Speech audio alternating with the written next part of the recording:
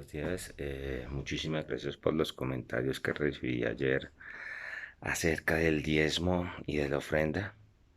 Sí, muchas personas tienen razón. Melquisedec, Abraham le dio los diezmos a Melquisedec. Eh, pero en el sentido práctico de las cosas, al punto que yo voy, no es tanto si quién los dio, quién no los dio, si teológicamente eran para el pueblo de Israel, que es lo más seguro porque pues no hay evidencia de que los extranjeros, aparte de Abraham, diezmaran. Las ofrendas de Caín y Abel, como lo dice la palabra, eran ofrendas, llevaban lo mejor de cada uno, pero pues igual, Abel llevó un cordero, ¿no? O llevó toda la manada. Bueno, en fin, de eso hay muchísimas cosas que hablar. Un filósofo, Descartes, decía que es más fácil engañar a una persona que hacerle ver que ha sido engañado. Yo no voy en contra ni de criticar ni de juzgar a nadie. Ahora bien, la misma palabra de Dios lo dice. Cuando está hablando de juzgar lenguas dice, y también dice en Corintios San Pablo, ¿acaso no hay entre ustedes personas idóneas que puedan juzgar entre ustedes, hablando de los litigios entre los incrédulos? Entonces, cuando uno critica, es cuando da chisme barato, cuando hace críticas como las que me llaman a mí desde las 6 de la mañana en diferentes iglesias a insultarme sin ningún argumento teológico. Pero pues igual, eso es crítica. Pero las personas que de pronto han leído el discurso del método, se han dado cuenta que la crítica es el paso siguiente a la observación, es la hipótesis de lo que usted ha observado. Entonces, cuando yo veo algo, cuando yo lo observo, lanzo una crítica, pero no en el sentido que la mayoría de las personas conocemos, que es el chisme barato, sino que es la crítica, aquella crítica desde el punto de vista analítico. La palabra de Dios dice, cuánto amo yo tu ley, todo el día ella es mi meditación. ¿Qué es meditar? Meditar es analizar profundamente un tema e encontrarle la solución. Entonces, yo no voy al punto de que se diezme o no se diezme. El punto es, ¿a usted le ha dado resultado el diezmo? Porque sinceramente muchas de las personas que critican este punto de vista son personas que uno las conoce toda la vida o ha visto su trayectoria en las iglesias y no suman ni restan. Simplemente se han encargado de perseguir las quimeras ajenas, no han sido ellos mismos, viven soñando con ministerios que jamás se cumplieron.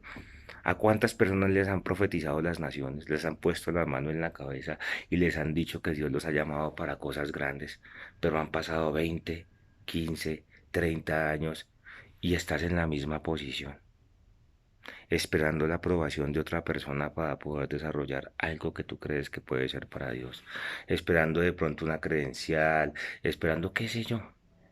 Entonces, el punto es ese, el punto es de qué tan práctico ha sido la creencia que yo he tenido, no en la palabra de Dios, sino en los ideales ajenos.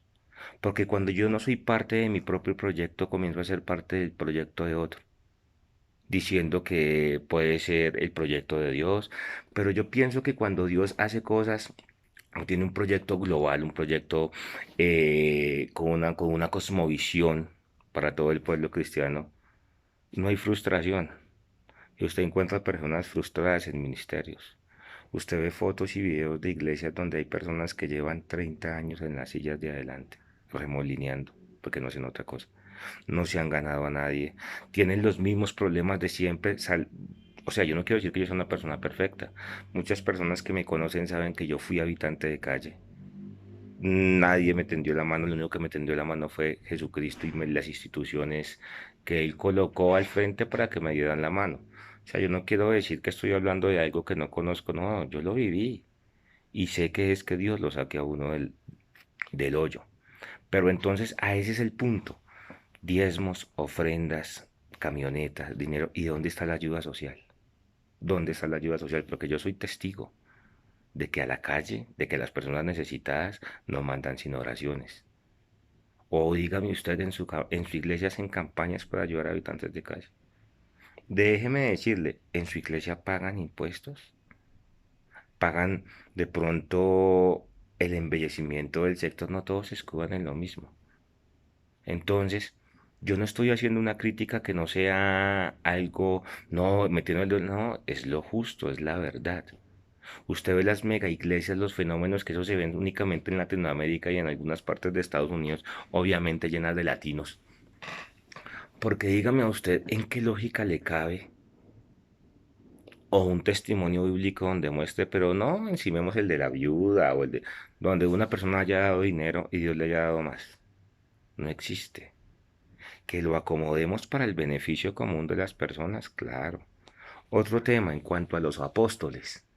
Sí, muchos dicen que San Pablo no conoció a Jesús, es verdad, pero ¿en dónde se le apareció? Lucas tampoco anduvo con Jesús, pero fue un cronista de la vida de él. Dicen los historiadores como Egésipo, historiador cristiano del primer siglo, Egésipo para que lo busquen, Josefo, el historiador judío también del primer siglo, que narraron la historia de la... O sea, no toda la... Hay parte de la historia de Jesús que la podemos encontrar en estos libros. Egésipo habla de cuando el libro de Hechos dice que se le apareció a más de 500 personas, perdón, el Evangelio de Juan. Eso es verdad porque Egésipo en sus crónicas lo confirma. Entonces, cuando estos historiadores y cuando estas personas nos dan una información adicional de lo que estamos, de lo que estamos buscando, de lo que estamos leyendo, entonces nos damos cuenta de que sí, por ejemplo, el apóstol San Pablo dice, acordados del dicho del Señor, que es más bienaventurado dar que recibir. Ese dicho no está en ninguno de los cuatro evangelios. Entonces hay información adicional que muchas veces no investigamos porque como el conocimiento mata, pero mata la ignorancia. Entonces San Pablo no conoció a Jesús, pero diciendo él mismo que se le apareció a él como siendo un abortivo, como siendo los últimos de los apóstoles, como siendo lo que el Señor había dejado para... Y San Pablo escribió 13 cartas del Nuevo Testamento, pero no conoció al Señor. ¿Cómo no lo iba a conocer si hablaba con él? ¿Cómo no lo iba a conocer si camino a Damasco el Señor se le apareció y él aceptó que era el Señor y le daba instrucciones correctas de lo que debería hacer? Entonces, lo que dice en Efesios capítulo 2 es que en la doctrina de los apóstoles y de los profetas, sobre el fundamento de la doctrina de los apóstoles y los profetas. ¿Cuáles profetas? Pues los del Antiguo Testamento. ¿Qué dice el Señor Jesucristo? Porque los profetas fueron hasta Juan. Pero entonces ustedes dirán, pero si Juan el apóstol profetizó el Apocalipsis y las hijas de Ágabo y Gabo también en Hechos profetizó, el Señor Jesús profetizó, sí, pero no quiere decir que el ministerio de la profecía como función esté. Ahora, las profecías tenían que ver, en el Antiguo Testamento el 80% de las profecías tenían que ver con la profecía mesiánica o con escatología. El 8% de ellas fueron muy raras dirigidas hacia cierta persona. Nada más el 8%, el 7% de las profecías del Antiguo Testamento fueron dirigidas hacia una persona que se le fuera a tener un evento futuro, pero ahorita en estos días las personas que apoyan ese movimiento, el 95% de las profecías son hacia eventos futuros, hacia que se va a tener plata, a que si no almuerza el Señor le asegura que va a tener hambre, a que si usted trabaja duro y estudia va a tener frutos y el Señor se los va a llevar, o sea, cosas muy obvias. Pero bueno, en fin, no vamos a entrar en ese tema.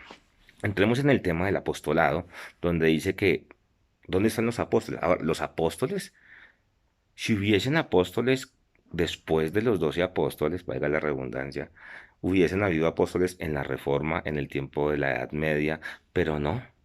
Los apóstoles aparecieron hace como 50 años con el Evangelio de la Prosperidad, con el movimiento de este señor Benijín, con el movimiento de la prosperidad, con el movimiento de estos señores de aquí en Colombia, del G12, entonces ellos se volvieron apóstoles porque creo que tenían más de 15.000 personas en la iglesia.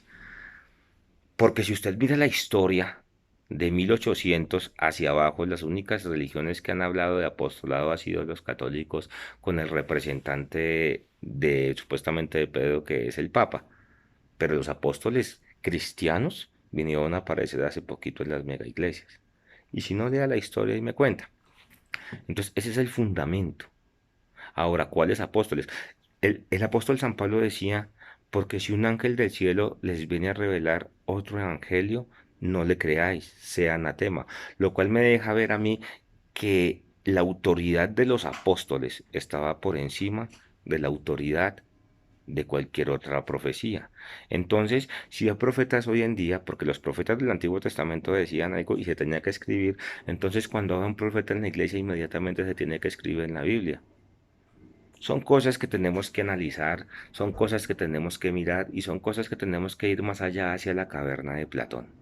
Yo no veo que muchas personas vayan a un culto, sino que van es como a la caverna de Platón.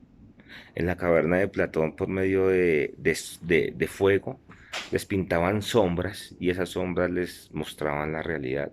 Y a muchas personas desde un púlpito les muestran la realidad por medio de sombras. Y vivimos pensando en cosas que nunca pasarán. Yo le digo una cosa, hermano. ¿Usted cree que va a ir a las naciones y ni siquiera tiene pasaporte? ¿Usted cree que va a ir a llevar el evangelio a otros países cuando ni siquiera habla otro idioma? Cuando han pasado 20 y 30 años y usted está en la misma posición.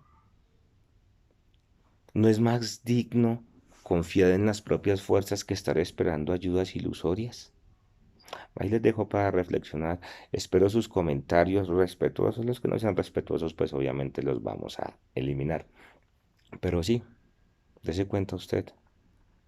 El simple todo lo cree y el pobre no vive sino de ilusiones.